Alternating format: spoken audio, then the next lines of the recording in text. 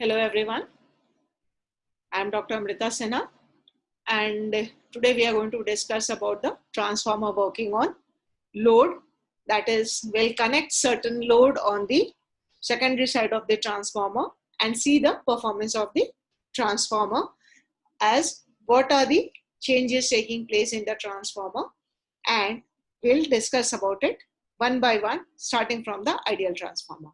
So the topics to be covered today are ideal transformer on load, transformer on load having no winding resistance and reactance, that is the core will be ideal, the windings are still the, the core will be practical and the windings are still the ideal one. Then the practical transformer, the transformer on load with winding resistance and reactance, and finally the equivalent circuit as referred to the primary or secondary. We refer the primary winding resistance and reactance to the secondary or vice versa, just to make the calculations simpler. So first of all, we'll try to understand what are the changes taking place in a transformer when we connect it on load. Now when there is a transformer, now you can see that we have got taken again the representation of the transformer as the core of the transformer, rectangular section. Then the primary winding is connected on the left limb, the secondary winding is connected on the right limb. Primary winding has got N1 number of turns, secondary winding has got N2 number of turns. Now, for an ideal transformer also, when you connect the primary to a supply, then a flux is being produced in the core of the transformer to magnetize the core, and once the core is magnetized, due to the rate of change of flux of the core, the EMF is being induced on the primary side as well as the secondary side. Now, this is there till there is no load being connected on the transformer. As soon as we connect a load on the transformer secondary, a current I2 starts flowing in the secondary of the transformer. When current I2 starts flowing in a transformer, then there will be an MMF set up by the secondary coil also. Till now, we were only having the primary coil MMF, that was N1I1, and a flux was being produced in the core just to magnetize it. But as soon as we add a load and a secondary current starts flowing on the secondary side, therefore an MMF will be produced by the secondary coil, which is equal to N2I2. And this will produce a flux which will be opposing the main flux, as you can understand by the Lenz's law, that it will oppose the very cause which is producing it. So E2 was being produced by the main flux phi, and therefore this E2 was forcing a current I2 on the secondary side, and therefore the MMF produced by the secondary coil will try to oppose the main flux, and the resultant flux will reduce when there is a load connected on the secondary of a transformer. When there is a reduction of the flux in the core, the primary tries to draw an extra current just to balance the flux, net flux as phi only. So whatever MMF is being produced by the secondary to reduce the main flux, the same amount of additional current or proportionate current is drawn from the primary side of the transformer, such that the net flux in the core remains the same. So we can say that the current drawn from the primary of a transformer is now having two components. One was the load current, no load current, which was supposed to magnetize the core, and the other one is the load component of the primary current, which is producing an MMF equal and opposite to the secondary MMF N2I2. Therefore, we represent as I1 dash, and I1 dash is nothing but the load component of the primary current, Therefore, MMF produced by the load component of the primary current will be given as N1 into I1 dash, and this has to be equal to the MMF produced by the secondary coil, which is equal to N2 I2. So I1 dash is equal to N2 by N1 into I2, and that is nothing but the transformation ratio of the transformer. So proportionate current, depending on the transformation ratio, load component of the primary current is being drawn from the supply side such that the net flux in the core remains the same. The net flux does not change, and therefore the total primary current will be the phasor sum of the load component plus the no load component of the primary current. Now we'll draw the equivalent circuit diagram for the ideal transformer on no load. Now, as you remember before, the ideal transformer was represented by just the two coils, which is having N1 number of turns on the primary side and N2 number of turns on the secondary side, and the magnetizing reactance was given by X0 or Xm, and a magnetizing current flows through the reactance of the core, that is Im. And now, because you had loaded the transformer on the secondary side, therefore current I2 will be flowing on the secondary of the transformer. The E2 will be equal to V2 because still the primary windings are ideal, so there will be no drop on the secondary side. Therefore, E2 will be equal to V2. But the primary current, because Im is at 90 degrees to the supply voltage, therefore the total current I1 will be the phasor sum of I2 plus the no load proportionate current I1 dash, the load component of the primary current, and you will have the no load component of the primary current, and the phasor sum will give you the total primary current. Now this we have given before, that is the total primary current will be the equal to under root of I1 dash square, that is the load component of primary current, plus the magnetizing component of the primary current whole square.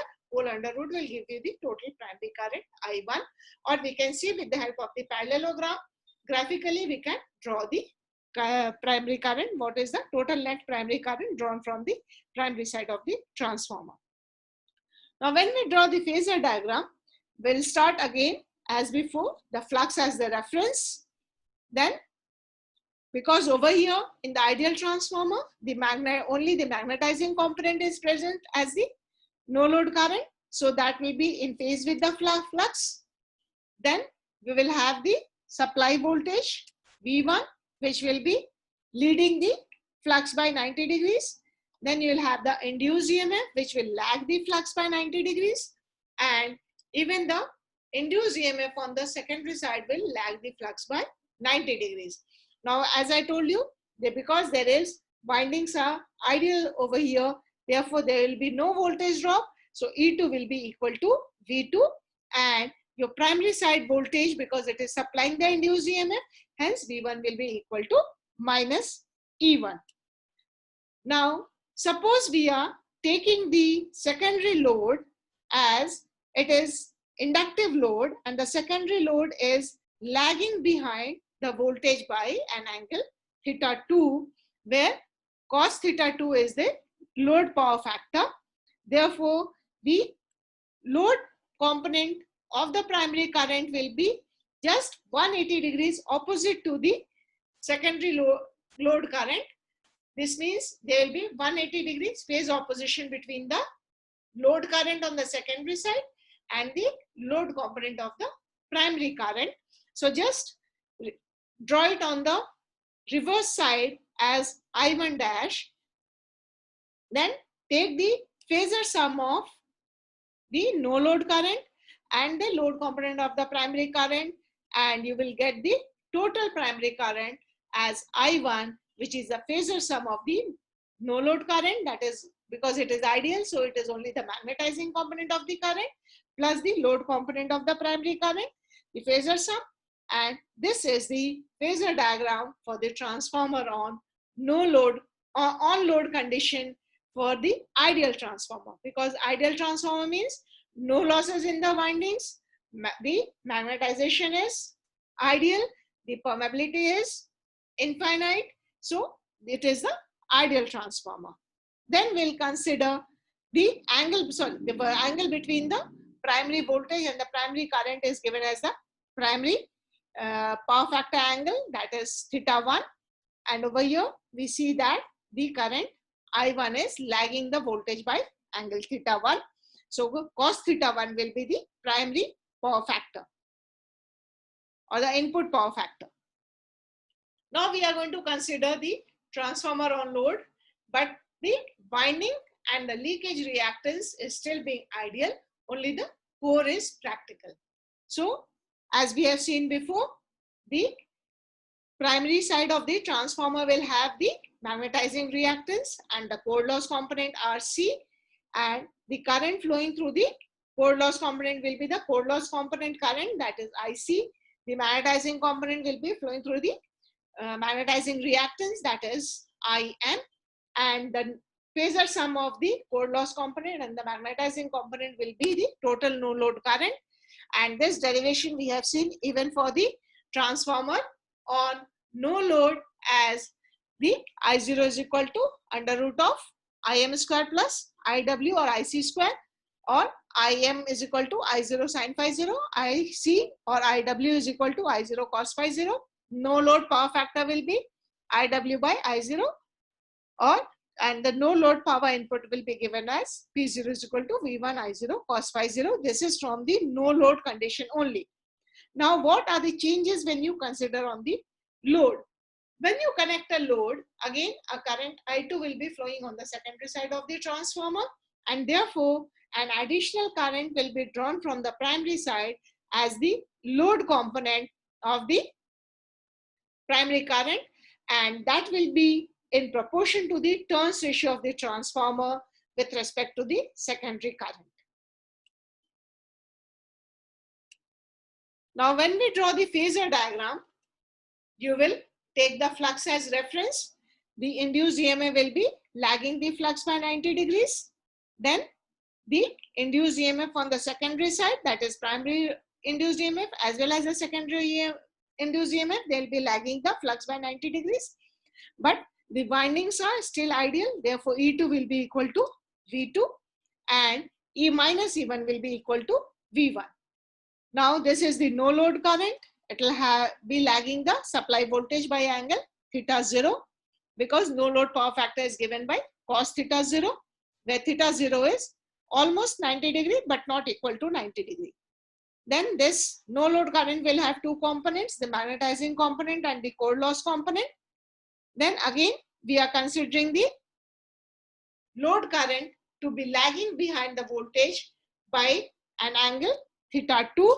Therefore we have taken the current lagging behind the supply voltage as theta 2 angle, it's lagging. So this current I2 for I1 dash, you will take just in opposition to this I2, you will have the I1 dash 180 degree phase difference between I2 and I1 dash, just to maintain the flux, net flux in the core to be as phi.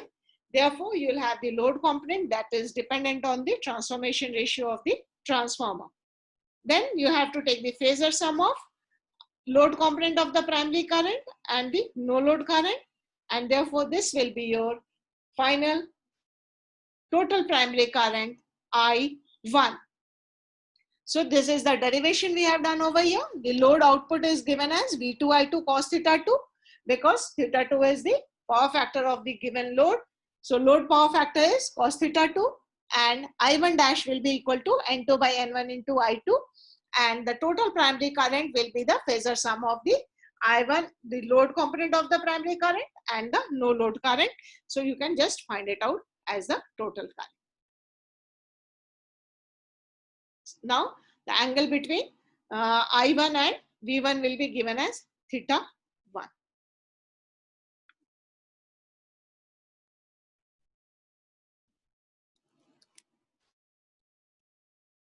Now we'll be discussing transformer on load having no winding resistance and no leakage reactance. This means that the windings are still the ideal one. having no resistance and no leakage reactance. But the core is a practical transformer where the permeability of the core is not infinite but having some finite value. Plus there will be core losses taking place in the core of the transformer.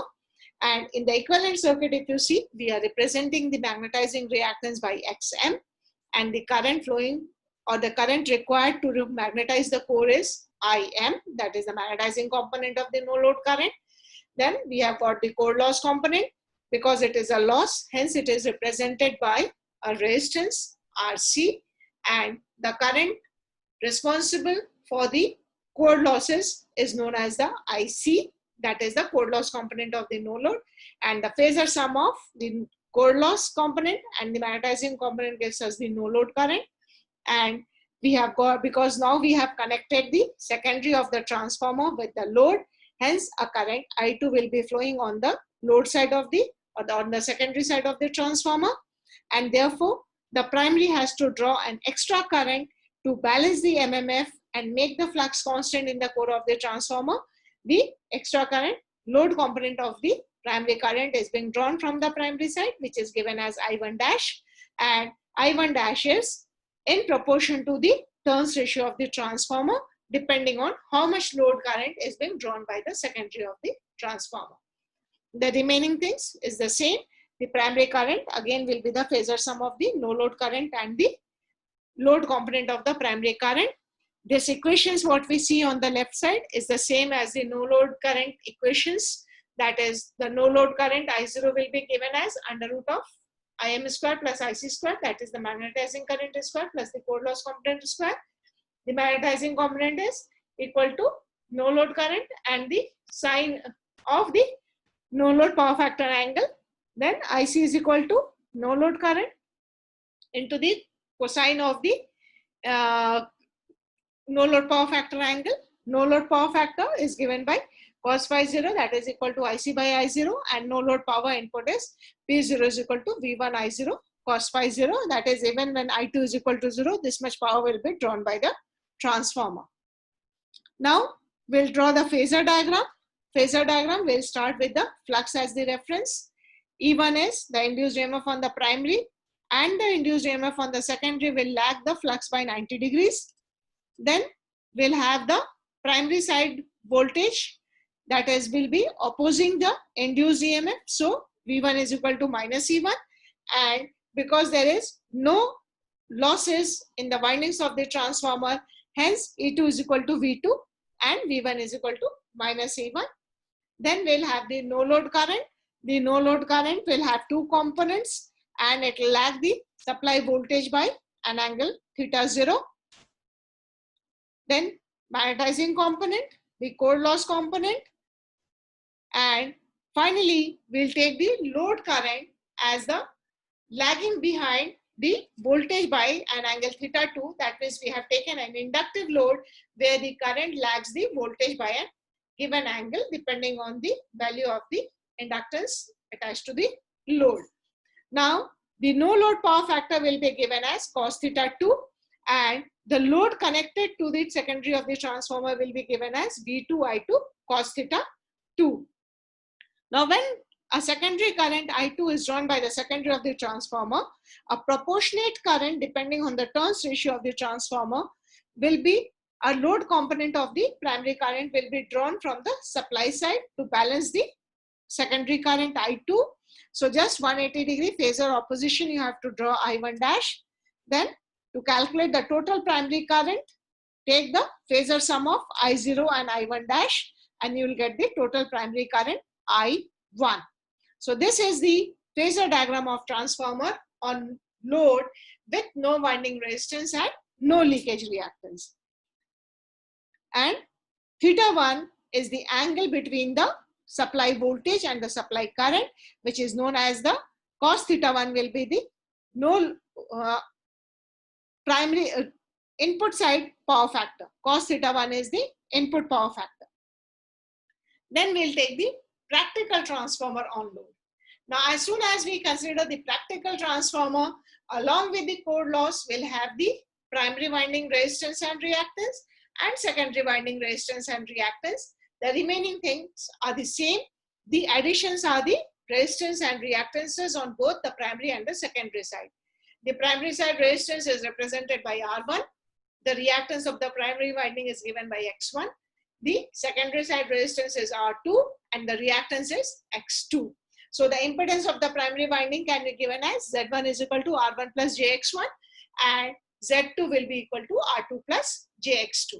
Now when the windings are practical, this means that the drop has to be there in the windings of the transformer, and so you will have the V1 applied voltage will be equal to minus V1 plus the drops in the primary winding, and the secondary voltage will be now supplying, the induced EMF has to supply the secondary voltage as well as the drops in the secondary winding, and the primary voltage has to supply the induced EMF plus the drops in the primary winding. So you will have the equations as V1 is equal to E1 plus I1 into I1 Z1 and E2 will be equal to V2 plus I2 Z2. And this will be reflected in the phasor diagram. Now steps to draw the phasor diagram of the inductive load. Now what we do is, to draw the phasor diagram, we start from the right side of the transformer equivalent circuit and go to the left side of the supply side, and step by step we will draw and try to conclude that what should be the supply voltage depending on the load constraints on the transformer. So that's the reason we start from the secondary side of the transformer, satisfying all the different components in the transformer and try to understand how the supply should be given to the transformer, input supply to the transformer, such that the secondary side, the voltage and the current can be satisfied. So there are different steps to draw the phasor diagram of the inductive load. We'll start with the flux as the reference. Then you'll have the induced EMF on the primary and the secondary lagging behind by 90 degrees. So just in opposition, you have got the V1 dash, that is equal to the induced EMF component of the supply voltage. Then the no load current will be there because the core is practical. So the no load current will be lagging behind the voltage by an angle theta 0, where cos theta 0 is the no load power factor angle. Then the I0 will be divided into two components, the magnetizing component and the core loss component. Then we have to consider the voltage and the current such that we can draw the phasor diagram for the inductive load. And because we are drawing the phasor diagram for inductive load, therefore we have taken the secondary current to be lagging the voltage by an angle theta 2. Now, in addition to V2, you will have a secondary resistance drop. So secondary winding resistance drop will be equal to I2R2, which will be in phase with the current I2. Then the reactance drop, which will be at 90 degrees to the resistive drop, and then you will get the induced EMF E2. As I told you, we'll go from the right side of the equivalent circuit, whatever voltage we are getting on the secondary of the transformer, V2, then depending on the load connected to the transformer, the current will be, secondary current will be leading or lagging the voltage. Here we have considered the inductive load, so we have taken the current to be lagging the secondary voltage by an angle theta 2. Then we'll add the secondary resistance drop and the reactance drop, and you will get the induced EMF on the secondary side of the transformer. Now, after this, we'll come to the primary side current, that is I1 dash, the load component of the primary current will be just in phase opposition to the secondary current. Then you draw the phasor sum of I0 and I1 dash, and then you will get the primary current. Now, after this, we have to add the primary resistance drop and the reactance drop to the induced V1 dash, and that will be equal to your V1 dash plus I1 R1 plus I1 X1. This I1 R1 resistive drop is in phase with the load current, the primary current. So I1 R1 is in parallel to the I1, that is the primary current. I1 X1 will be at 90 degrees to the resistive drop, and then we'll join the voltage V1. To draw the voltage V1 from the origin, we'll draw to the E1 plus I1 R1 plus I1 X1, and therefore that is the supply voltage V1 to get a secondary voltage and current as V2 I2 on the secondary side of the transformer. So as the steps you can see, take flux as reference, then the induced EMFs E1 E2 will lag the flux by 90 degrees, then the induced EMF component of the applied voltage will be equal and opposite to E1. Then no load current I0 lags the voltage V1 dash by theta 0. The magnetizing component of the no load current will be in phase with the flux, that is Im is in phase with the flux. The core loss component IC of the no load current will be in phase with V1 dash, that is at 90 degree to the magnetizing component. Then for the inductive load, we have taken the current I2, secondary current lagging behind the secondary voltage by an angle theta 2, where theta 2 is equal to cos inverse of the load power factor. Then you have to add the voltage drops on the secondary side to the secondary side voltage, so that we get the induced EMF on the secondary side. So E2 will be equal to V2 plus I2R2 plus JI2X2. Then you will have the primary side load component of the current, primary current, that will be given as I2 is equal, I1 dash is equal to N2 by N1 into I2. Depending on the transformation ratio N2 by N1, you can take the primary current load component. Then the total primary current will be phasor sum of the load component of the primary current plus the no load component. Then the primary voltage drops has to be added to the induced EMF on the primary side, so that we get the primary supply voltage, and the phasor difference between the primary voltage and the primary current is given as the power factor of the primary side, and that is your cos theta 1 will be the primary side power factor. Now we'll take the phasor diagram for the resistive load. So till the no load components, it is the same as what we have taken before. Now after this, the voltage V2 has to be lagging the induced EMF on the primary side. Then we will, for the resistive load means that the secondary current and the voltage will be in phase. So theta 2 is equal to 0, and the two voltages and the currents are taken in the phase. But now we'll have to add the secondary voltage drops, that is I2R2 in phase with the current, and I2X2 at 90 degrees to I2R2, and then you will get the induced EMF on the secondary side of the transformer. After this, take the load component of the primary current just in opposition to the secondary current.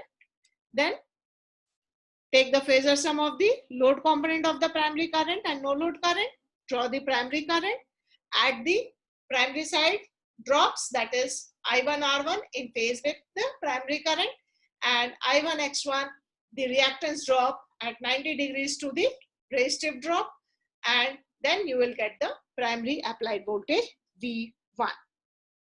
Then the last phasor diagram we'll take for the capacitive load, and again we'll start with the flux phi, then induced EMF on the primary side, then the V1 dash just in opposition to E1, then the no load current, no load power factor, angle theta 0, then magnetizing current, the core loss current. Then we'll take the V2, the secondary voltage.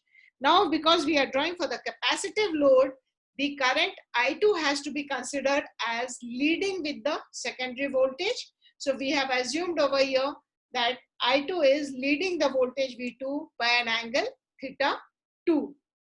Then we'll add the secondary voltage drops to the secondary voltage, that is I2 R2 in phase with the secondary current, I2X2 at quadrature angle I2X2. Then we'll have the induced EMF on the secondary side E2.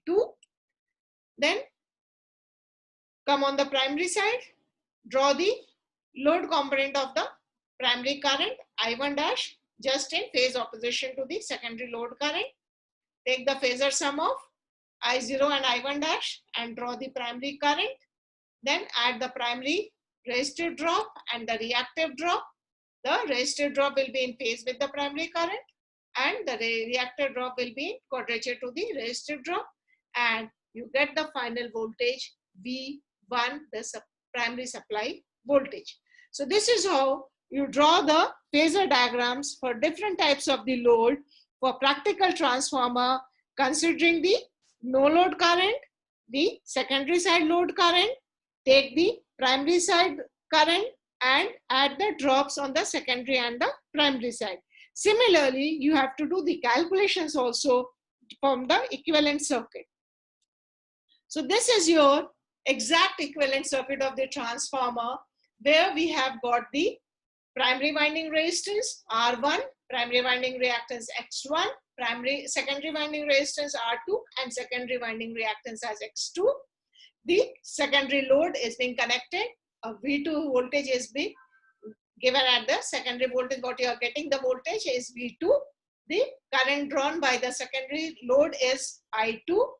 Then on the primary side, we have shown the core reactance and the core resistance RC, and the I0 is the no load current drawn from the primary side of the transformer, and V1 is the input given to the transformer, and N1 is to N2 is the transformation ratio of the given transformer. So this is known as the exact equivalent circuit of the transformer, where we have connected the primary winding resistance and reactance on the primary side, secondary winding resistance and reactance on the secondary side, and the core loss components on the primary side of the transformer, because when you give the supply, that is only responsible for the magnetization of the core and the core losses. Hence, it is drawn on the input side of the transformer. But for the calculation purpose, this exact equivalent circuit becomes quite complex. Hence, we can refer the resistance and reactance from secondary to the primary side or from the primary to the secondary side. So when we refer, this means that we have to take an equivalent value of that resistance when we are referring to the other side. It's not the exact value of the resistance, but it is the referred value of the resistance, and that referred value is taken as what amount of heat was dissipated on that given side of the transformer. When we take it to the other side, the same heat should be dissipated on the referred side of the transformer also. Like over here, we have taken the secondary winding resistance and reactance to the primary side. So the dissipated heat on the secondary side should be equivalent to the heat dissipated on the primary side when we have taken the resistances on the primary side. So I2 square R2, the heat dissipated on the secondary side, should be equal to I1 square R2 dash, where R2 dash is the referred value or the equivalent value of the resistance on the secondary referred to the primary side. So R2 dash, what should be the new value? The new value R2 dash should be equal to I2 by I1 whole square into R2, and I2 by I1, we know that it is equal to N1 by N2. So R2 dash should be equal to N1 square by N2 square into R2. Similarly, as we refer the resistance, we can refer the reactance on the primary side, and that comes to as X2 dash is equal to N1 square by N2 square into X2. So when we have brought all the resistance and reactance on the primary side, this means the major calculation drops has to be calculated only on the primary side of the transformer. So that is why we refer the resistances from the primary to the secondary or the secondary to the primary. Now if we refer the primary side resistance and reactance to the secondary side, then we have to take all the components from the primary to the secondary side, and the equivalent value of the referred values has to be calculated. So when we refer from the primary to the secondary side, this means the primary side dissipated heat will be I1 square R1, which should be equal to I2 square R1 dash when we take it on the secondary side. So R1 dash is equal to I1 by I2 whole square into R1, that is equal to N2 by N1 whole square into R1 due to the transformation ratio of the current. And similarly, you can refer the primary reactance, magnetizing reactance, as well as the core resistance from the primary side to the secondary side with the same equivalence as it was on the primary side. It should dissipate the same amount of heat on the secondary side. But this is also tedious. So what we do is, the core losses are not that much in the transformer, and therefore those components can be neglected, and we can draw the approximate equivalent circuit of the transformer, taking only the winding resistances and reactances drop into consideration, and we can refer the values and approximate calculations can be done of the given transformer. So this is the approximate equivalent circuit of the transformer referred to the secondary side, and approximate equivalent circuit referred to the primary side where the resistances and reactances are connected. So now I'll conclude today's topic. We have considered today the ideal transformer on load and its phasor diagram. Then we considered the transformer on load having no winding resistance and reactance, only the core was practical. And then we considered the practical transformer for different types of load with respective phasor diagrams. And finally, we drew the equivalent circuit referred to the primary side and the secondary side, and also the approximate equivalent circuit referred to the primary or the secondary side. Just we do that approximation for the purpose of the simplicity of the calculations to be done. Okay, thank you.